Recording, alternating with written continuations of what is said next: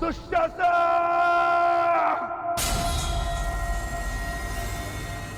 मैं ये प्रतिज्ञा लेता हूं कि जिस प्रकार मैंने भूमि पर आघात किया है, उसी प्रकार युद्ध में मैं तुम्हारे छाती पर आघात करके तुम्हारी छाती फाड़ दूंगा दुशासन!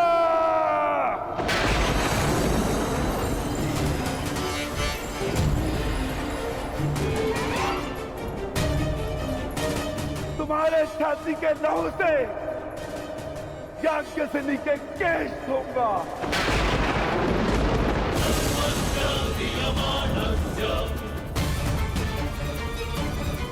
और तब द्रौपदी अपने केश बांधेगी।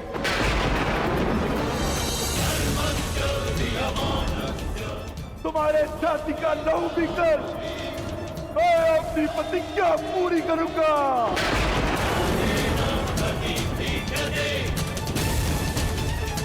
और तुम दुर्योधन, मामा श्री के स्वप्न के होने वाले सम्राट, अपने अंत के दिन कितना प्रारंभ कर दो।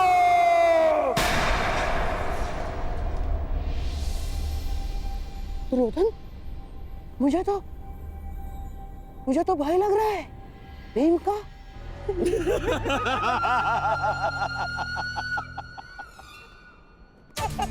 दिन तो तुम गिनना प्रारंभ कर दो पांडु पुत्रों। और हाँ, ठीक से दिन, प्रहर और क्षणों की गणना करना।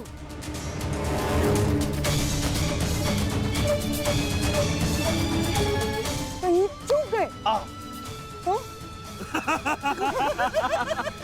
फिर से वनवास। जाओ जाओ जाओ जाओ।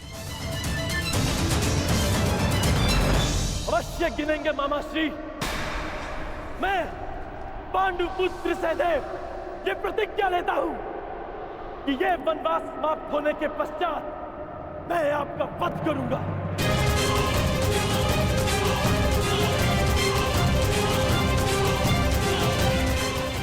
मेरा वध?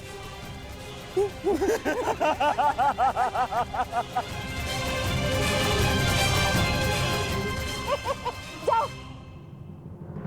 चलो अनुज, हमें यहां से प्रस्थान करना है।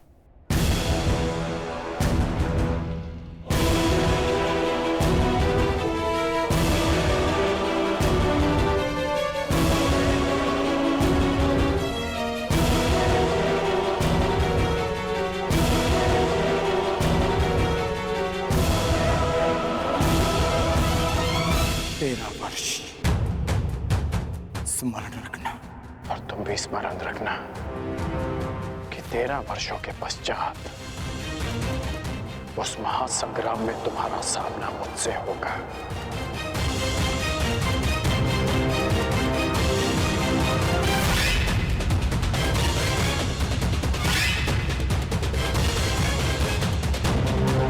आओ मेरे सम्राट, पांडवों के इंद्रप्रस्थ को अब दुर्योधन की विजय का प्रतीक बनाते हैं।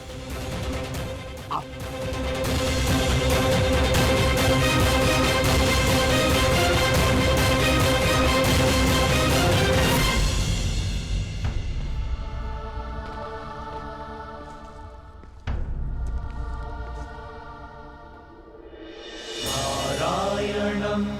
नमस्कृत्य नरं चैव नरोत्तमं देवीं सरस्वतीं व्यासं ततो जयमुदीरयेत्। नारायणं नमस्कृत्य नरं चैव नरोत्तमं देवीं सरस्वतीं व्यासं ततो जयमुदीरयेत्।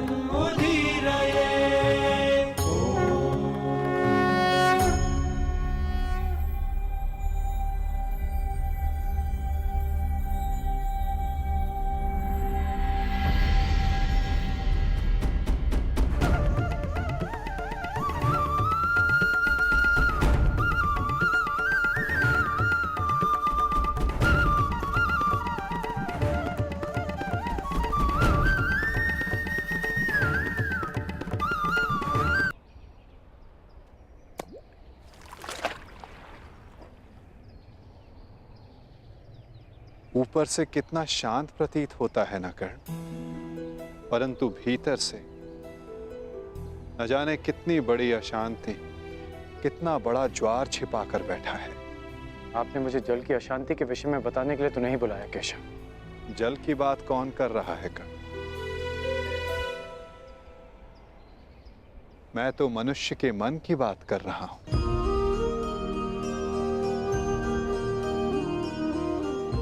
मैंने तुम्हें यह कहने के लिए बुलाया है कर्ण कि अब भी अवसर शेष है। अपने मन की शांति पा सकते हो तो बोलो कर्ण, इतना बड़ा अनर्थ देखने के पश्चात भी क्या तुम अब भी दुर्योधन का पक्ष चुनोगे? किसका पक्ष चुनो केशव? किसने उचित किया, किसने अनुचित? किसने धर्म किया, किसने अधर्म? कौन था उस सभा में जो उस पाप के लिए उत्तरदायी नहीं था? हाँ, इस अनर्थ के लिए दुर्योधन अवश्य उत्तरदायी था, परंतु पांडव भी कम दोषी नहीं थे। सब दोषी थे।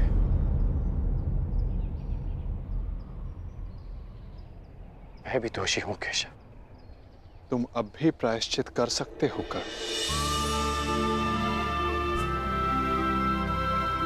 कर सकता हूं केशव, परंतु अब प्रायश्चित का नहीं, दंड पाने का समय है। अपने कर्मों का फल पाने का समय है। अनिच्छा से ही सही, परंतु द्रौपदी का अपमान होते हुए मैंने भी देखा।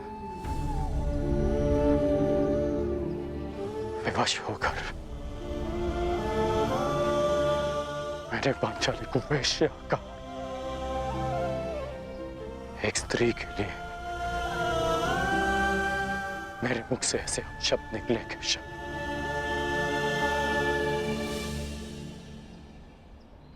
अब उसका विषपान भी तो मुझे ही करना होगा, है ना केशव? परंतु एक प्रश्न शेष है केशव। मैंने तो पाषाण होना चुना, परंतु जिसे आपने पंख बनाया उन्होंने भी आपको लज्जित किया। फिर आप उनके साथ क्यों हैं?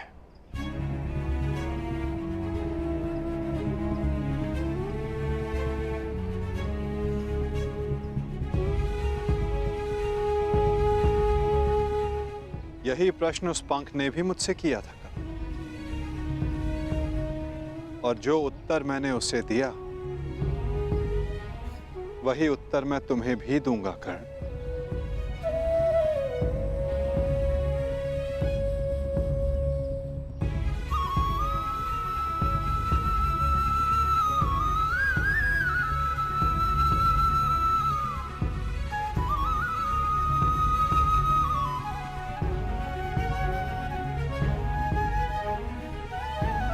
मैं किसी के साथ नहीं हूं कर्ण।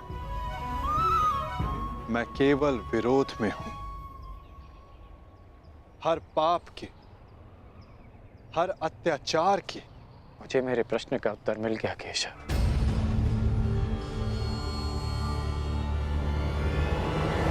परंतु हमारे मार्ग अलग है। अब हम सीधा युद्ध में मिलेंगे केशव, जहां मैं दुर्योधन का साथ दूंगा, अपना कर्तव्य निभाने के लिए नहीं, परंतु द्रौपदी के साथ जो पाप हुआ उसका परिणाम भोगने के लिए। मैं जानता हूं केशव कि 13 वर्षों के पश्चात एक महासंग्राम होगा, एक महाभारत होगा, जहां आप मेरे विरुद्ध खड़े होंगे। आप अपना धर्म निभाइए और मैं अपना धर्म निभाकर अपना पश्चाताप पूर्ण करूंगा।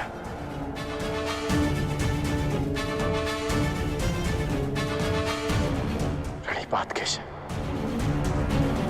न्यायानाम् अधिकाराणां प्राप्त्यर्थं साम्राज्यर्थं न्यायानाम् अधिकाराणां प्राप्त्यर्थं साम्राज्यर्थं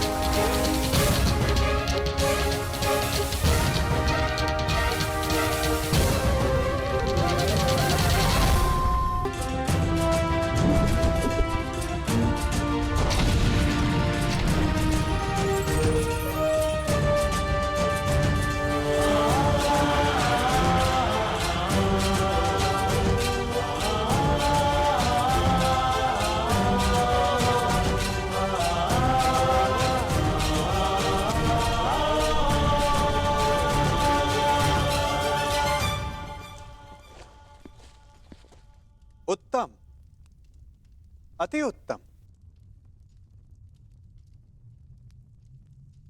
प्रतीत होता है कि वनवास का प्रवास आप पांचों भाइयों को बहुत भा गया है। प्रणिपात। मैं यहां आप पांचों को कुछ स्मरण करवाने आया हूं। भले ही आप सबको इंद्रप्रस्थ वापस नहीं चाहिए, परंतु उन खुले केशों का क्या जो न्याय मांग रहे हैं?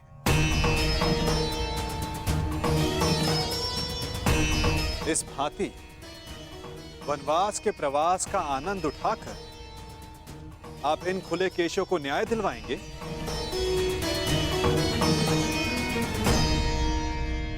हम ना वो खुले केश भूले हैं और ना ही अपना प्रतीकार।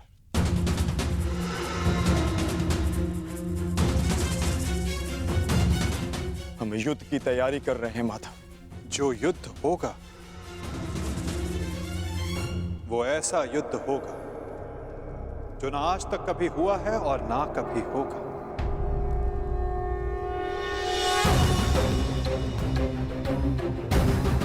तुम्हें पता ही नहीं पार्थ कि युद्ध में तुम्हारे समक्ष कौन कौन होंगे।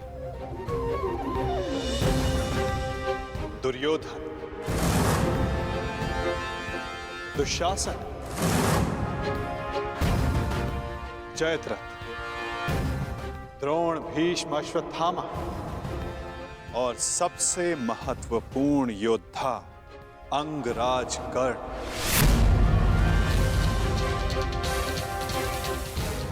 ये एक भीषण युद्ध होगा और इस युद्ध की तैयारी भी भीषण करनी होगी पार्थ।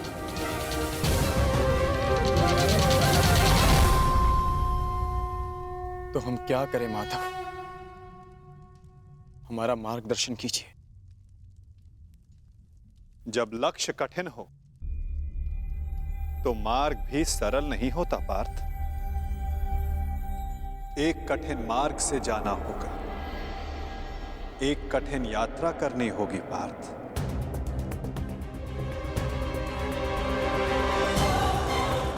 अपने शस्त्रों की तीक्ष्णता और अस्त्रों की शक्ति बढ़ाने का समय आ गया है। वैसे आचार्य द्रोण ने तुम्हें कई दिव्य अस्त्रों की दीक्षा दी है, परंतु तुम्हें अब भी एक महत्वपूर्ण अस्त्र पाना शेष है पार्थ।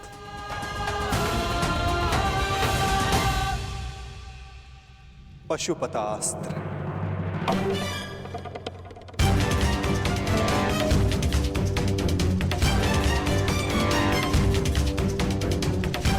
भगवान शिव का महाप्रलयंकारी अस्त्र।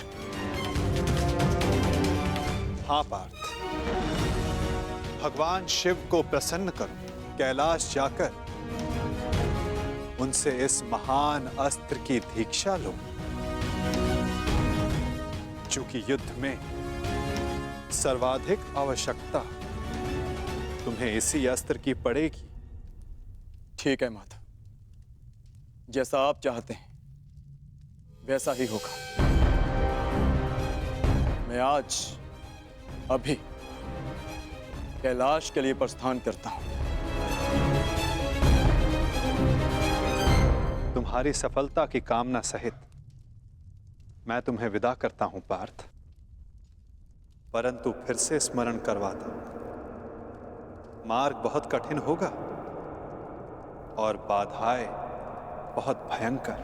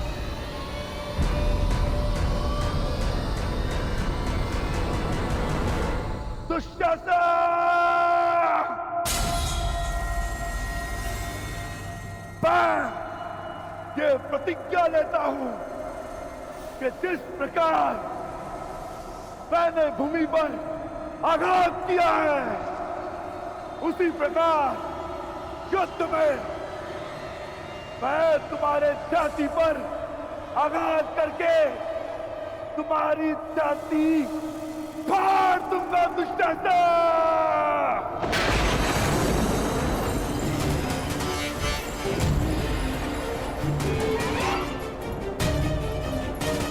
तुम्हारे छाती के लहू से याज्ञसेनी के केश धोऊंगा।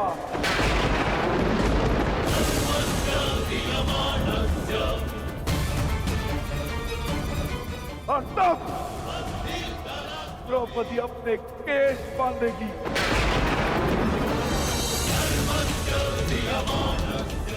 तुम्हारे छाती का लहू पीकर मैं अपनी प्रतिज्ञा पूरी करूंगा।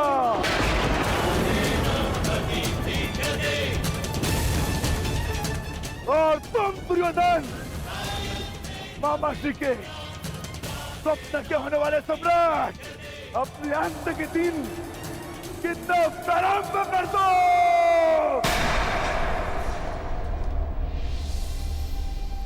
दुर्योधन, मुझे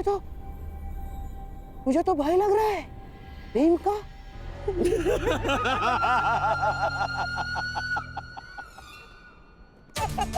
दिन तो तुम गिनना प्रारंभ कर दो पांडु पुत्रों। और हाँ, ठीक से दिन, प्रहर और क्षणों की गणना करना।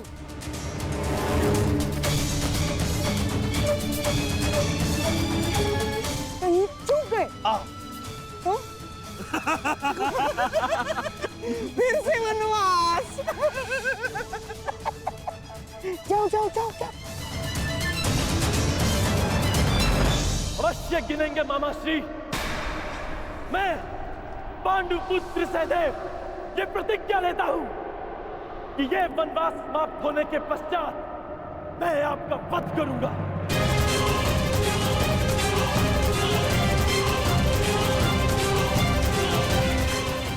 मेरा वध?